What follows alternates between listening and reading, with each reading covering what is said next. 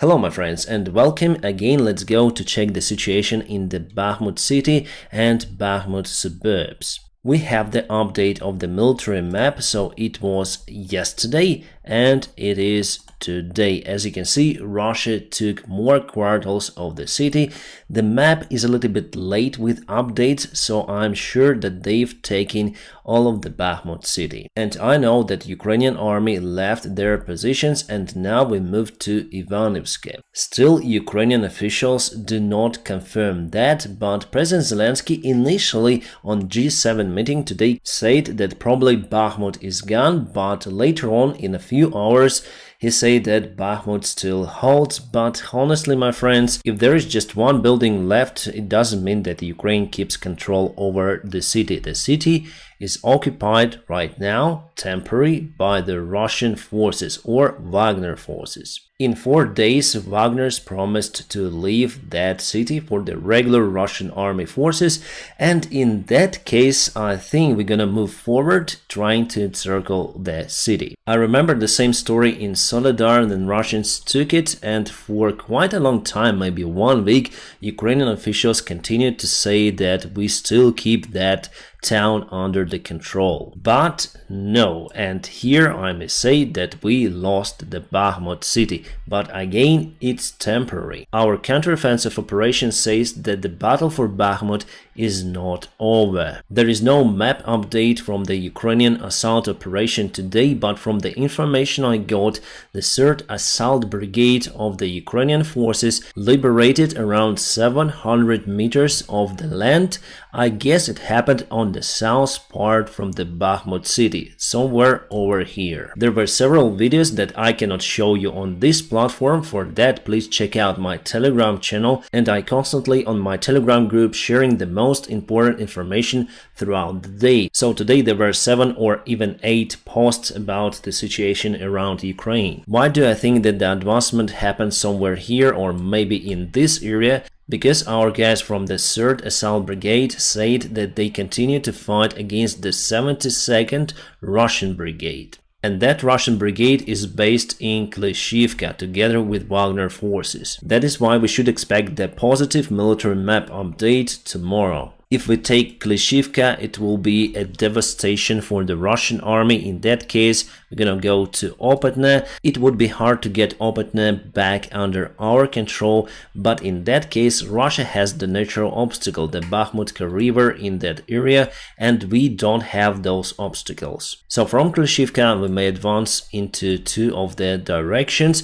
On the north, the situation is not that good compared to the south. Still, we're not able to get the crucial heights over here, the high hills, that would guarantee the surveillance of the Bakhmut city for the Ukrainian army. Speaking from the terrain, it's more complicated to get Berhivka and Yahidne under the control, but we should do it. President Biden today spoke about the Bakhmut city. He says it doesn't matter if Russia takes that city under their control, still they lost around 100,000 personnel out there, soldiers and other troops. Well, a few days ago I heard the figure of 70,000 soldiers. Prigozhin, the leader of Wagner group, confirms that they've lost tens of thousands soldiers in Bakhmut. Saying so, he blames Shoigu and Gerasimov for severe losses, because they didn't have enough supplies in ammunition, especially artillery shells. That's why they thrown their infantry straight forward on the Ukrainian defense positions. Probably Bakhmut could be one of the useless assault operation goal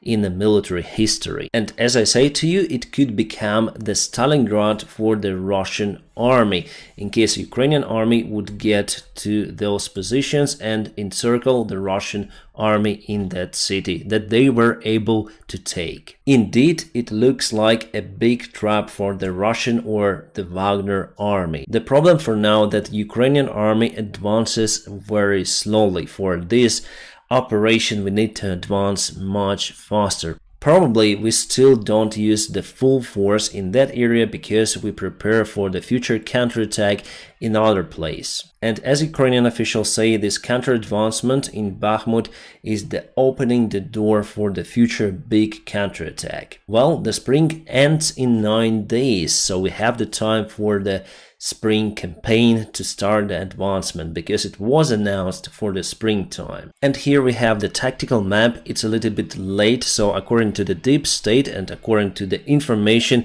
with videos and photos coming from the Bakhmut city, Russians were able to take this part. They've posted the photos with the plane, and the plane location is over here. It's the big monument for the Soviet MiG. As you can see, Ukraine was able to move out the forces. Some of them are still in nearby fields, but mainly we used this road to evacuate our guys from that city. And the good thing that we still have the supply road from Bakhmut through Ivanovsk, and we were able to push Russians a little bit to the south. So what will Wagners do? They will construct the defense lines in that area. They will not move forward. It was announced by Prigozhin. They don't have resource for that. So what they do right now is the design job of their rat trap. Hopefully it will be like that. And I do not expect that Ukrainian army will go on the south just straight to the city. It's the stupid way to do it. It's better to encircle it from two of the sides, and Prigozhin knows about it. He spoke many times about those risks to the Russian command, but they simply do not listen. And it's good for Ukraine. Also, you may see that there are not a lot of the units and battalions left near to the city from the Ukrainian side. Before, there were lots of the units in that area, actually in the city, in this place. Now mostly they went to the other sides of the Bakhmut suburbs. Alright, breaking news. The Russian state-of-art Sukhoi Su-35 fighter jet was shot down by the Ukrainian air defense over the Black Sea. Then it tried to drop the gliding bomb. Some resources say that this airplane dropped the bombs and after it was destroyed. So far there are no any photos or videos about that accident with Sukhoi Su-35, but the information is coming from the Russian side as well as from the Ukrainian official side. So for this week, Russia lost the second Sukhoi Su-35 airplane,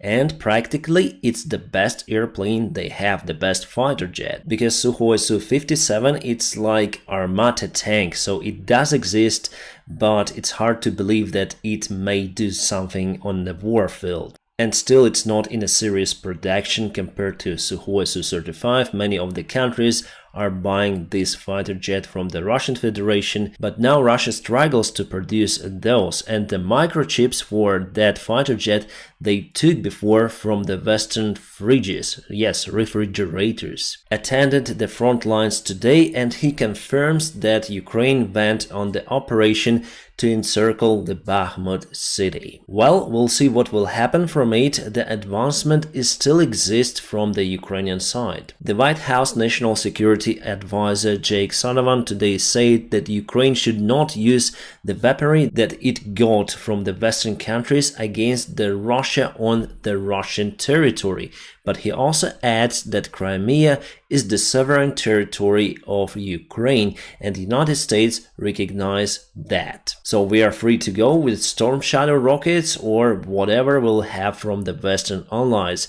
Later on, we'll receive the fighter jets. This morning, the fake information just spread around the social media, and unfortunately, I also followed it. So I published this one on my Telegram channel, but later on, I said and confirmed that this is the fake information about the new military package from the United States to supply the LGM-30G rockets to Ukraine. Those are intercontinental ballistic missiles. It has the reference to the CNN, but I checked the CNN resource. There was no information published about the case, and I found out that it's the fake information. So sorry about it. The followers on my Telegram already published that it's the fake information.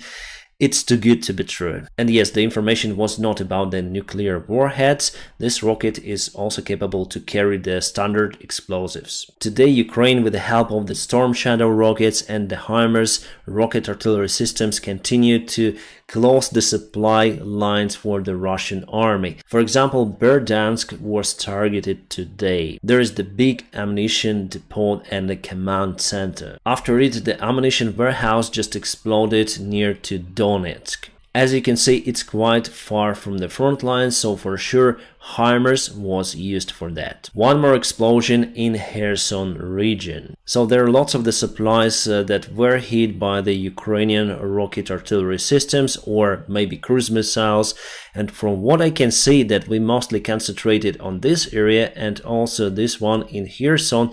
So probably during the future counterattack we're gonna move to this direction, and also we're gonna cross the Dnieper river. And I read the article that Ukraine is getting ready, so we are on a training, we have the boat, plus we also have the fast deployable pontoon bridges presented to us by our Western allies.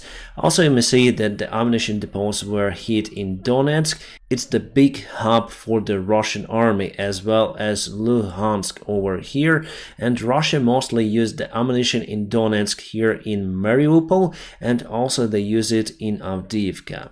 Antonio Guterres finally admitted that the United Nations organization stuck and doesn't conduct its functions. He says that they're very late for events that are happening in the modern day world, and organization was formed a long time ago in 1945, so they have this old regulation and the mindset the organization should be reformed. It's good that finally they say like that. I think they have just too much bureaucracy out there. It would be difficult to reform the Organization of United Nations, so probably there is the possibility for it just to collapse, as it was with the League of Nations. Today on the G7 conference, one of the journalists asked the President Biden whether he recognized the risks that Russia pose in case the United States will send the F-16 fighter jets to Ukraine. It is a colossal risk, and Biden answered, yes, it is for them. He means for Russians. I'm 100% sure that the Russian management is very weak to reply on the shipment of the F-16 fighter jets, and they basically do not have the tools to reply for that. Vladimir Zelensky, as expected, attended the G7 meeting, so he's over there. Just to recall, the G7 was G8 before with Russia. Now Russia is kicked out. Today the Ukrainian flag is presented out there together with Ukrainian president. So maybe it's some sort of the G8 of nowadays. I think that Putin is mad about it. Alright, we now understand that with the pilot training there will be airplanes for Ukraine, F-16s. The Ukrainian Air Force commander Ignat said that Ukraine will receive around 12 up to 18 fighter jets at first, so it will happen the same with the Leopard 2 or Challenger 2 tanks. Yes, we need more, but the beginning is always tough because we need to provide the new supply routes for those airplanes. And why does the F-16 is the best variant from what I see personally? Because it was produced massively. So there are lots of the spare parts, lots of the organizations that may provide some sort of the maintenance for those airplanes, and basically there are more people who are ready to maintain those airplanes abroad. Plus, there are numerous of the modifications of the F-16 fighter jet. If we take the original version and if we'll take the latest version, you'll see the huge difference. So the airplane base is the same, but you may use it for the different purposes. It's a very versatile airplane. But also, I'm waiting for the A-10. My friends, now press the like to this video, and also if you want to support my job, you may go to the video description just below where you may find some links, for example for my Patreon page, or you may just support me on the sponsorship on this YouTube channel. Thank you so much for your awesome help and awesome support. I wish you all a peaceful sky wherever you are, and have a great time.